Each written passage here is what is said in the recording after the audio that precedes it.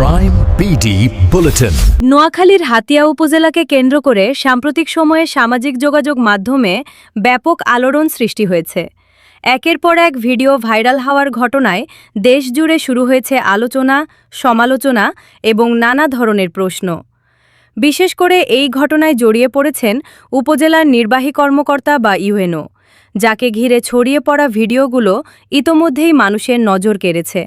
Viral হওয়া ভিডিওগুলোতে দেখা যাচ্ছে এক ব্যক্তির সঙ্গে একটি অন্তরঙ্গ মুহূর্তের দৃশ্য, যা অনেকেই দাবি করছেন হাতিয়ার ইউএনওর বলে।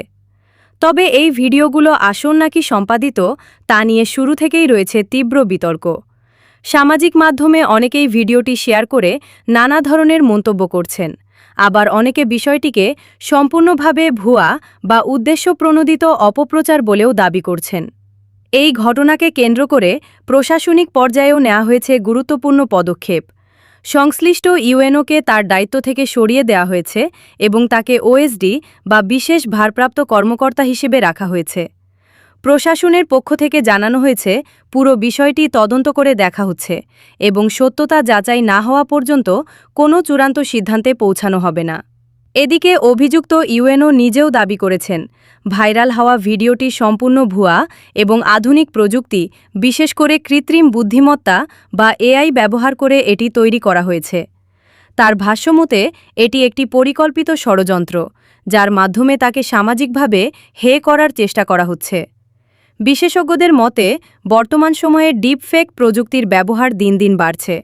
এই প্রযুক্তির মাধ্যমে খুব সহজেই কারো মুখ বা কণ্ঠ ব্যবহার করে ভুয়া ভিডিও তৈরি করা সম্ভব, যা সাধারণ মানুষের পক্ষে অনেক সময় বুঝে ওঠা কঠিন হয়ে পড়ে। তাই কোনো ভিডিও বা তথ্য ভাইরাল হলেই সেটিকে সত্য ধরে নেওয়া ঠিক নয়, বরং যাচাই করা অত্যন্ত জরুরি। এই ঘটনার পর স্থানীয় জনগণ এবং সামাজিক মাধ্যমে সচেতন মহল থেকে আহ্বান জানানো হয়েছে যাচাই বাছাই ছাড়া কোনো ভিডিও বা গুজব ছড়ানো থেকে বিরত থাকার জন্য। কারণ এ ধরনের ঘটনা একজন মানুষের ব্যক্তিগত ও পেশাগত জীবনে মারাত্মক প্রভাব ফেলতে পারে। সব মিলিয়ে নোয়াখালীর হাতিয়ার এই ঘটনাটি এখনও তদন্তাধীন রয়েছে। ভিডিওগুলোর প্রকৃত সত্যতা কি তা নিশ্চিতভাবে জানা না গেলেও বিষয়টি নিয়ে উত্তেজনা এখনও কমেনি। প্রশাসনের চূড়ান্ত তদন্ত প্রতিবেদন প্রকাশের পরই স্পষ্ট হবে আসল সত্য। তাই এই ধরনের সংবেদনশীল বিষয়ে আমাদের সবাইকে সচেতন থাকতে হবে। গুজব নয়, সত্য তথ্যের ওপর নির্ভর করতে হবে। Prime BD bulletin.